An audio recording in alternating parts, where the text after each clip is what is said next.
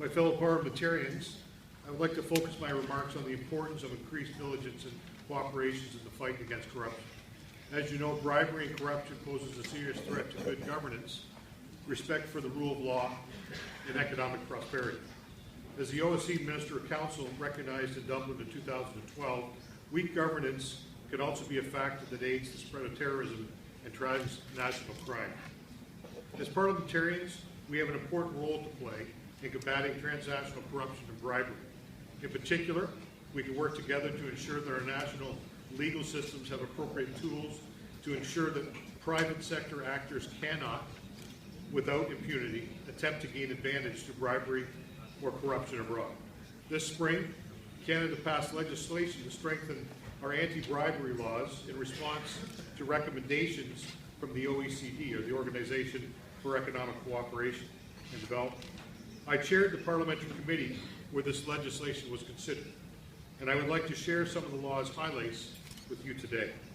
First, the law increases the maximum penalty of imprisonment for bribery of a foreign public official, a change that will ensure that the seriousness of this crime is reflected when offenders are sentenced. Second, the legislation creates a new books and records offense to ensure that individuals and companies cannot cook their books to hide the payments of foreign bribes. The law also expands the jurisdiction of Canadian courts over bribery of public officials committed by Canadians outside of our borders, by removing the requirements for prosecutors to prove a substantial connection to Canada. An exception currently exists in our anti-bribery law that permits payments to foreign public officials in order to expedite or ensure that the official does something he is already obliged to do. These so-called facilitation payments will be criminalized in the same way as other forms of bribery once the amendments come into force.